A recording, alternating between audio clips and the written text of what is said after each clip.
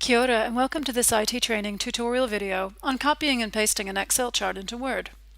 Now if you have a chart and it's been made in any program other than Excel, you'll probably just have to paste it in as a picture and be done with it. But if you have data in Excel and you turn it into a chart there, you can copy and paste that chart into Word, keeping the ability to format the chart just like you might do in Excel.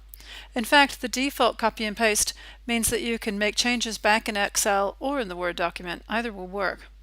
So to begin, open your Excel spreadsheet that has a chart.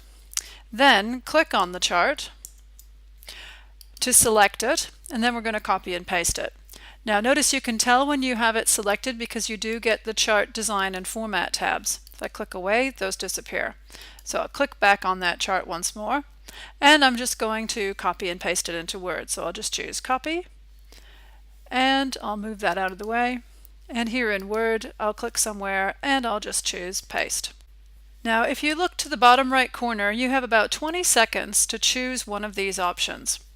The first option here at the top is to paste it as a picture, and you're welcome to do that. If you do that, you will lose all the formatting ability. It would just become a flat picture. However, if it were a really wide chart, you could easily rotate it sideways when it's a picture. The other two options are embedding it or linking it. Now, if you link to your Excel data, that means that your data still lives back in the original spreadsheet. It's possible to edit the data, but you must have that spreadsheet in the same place with the same name in order to do it. Now, even if you've moved it, that's not the end of the world, but if you deleted the spreadsheet, you'd never be able to edit the data again. So I'll click back on this chart here in Word, and you'll see here come the same chart design and format tabs that we had back in Excel. You can do all the same kinds of formatting in here.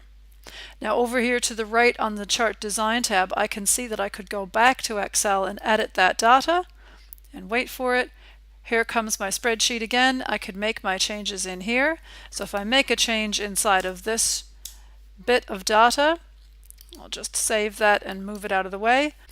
Now, my other option when I copy and paste is to embed the data inside of Word. Now, I've missed the boat and I don't have the little clipboard anymore that I had a second ago. However, if I go back to the Home tab and I choose Paste and the drop-down arrow there, I can see that I have options here for embedding the workbook. I wouldn't worry too much about destination themes and source formatting, but if I go ahead and embed the workbook, that second one that I've now just embedded, I will find that when I go into the chart design and edit the data, it's not actually opening the original season spreadsheet. It's opening this chart in Microsoft Word. So what that means is if I've made changes in here, and I'll just make a whole bunch of changes across, when I go back into my Word document, I will see that those have been changed inside of that one, but they have not been changed inside the season spreadsheet. I'll click on the second one, edit the data in Excel, and here I am back in that original spreadsheet and those figures are unchanged. So embedding the chart means that you're taking a copy of the data and embedding basically like a spreadsheet inside of Word. If you had a gigantic spreadsheet, every time you embed a chart, you're embedding the entire spreadsheet.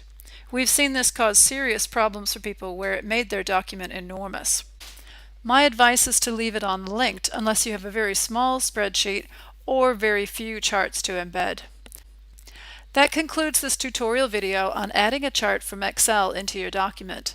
Thanks for your attention. Kia ora.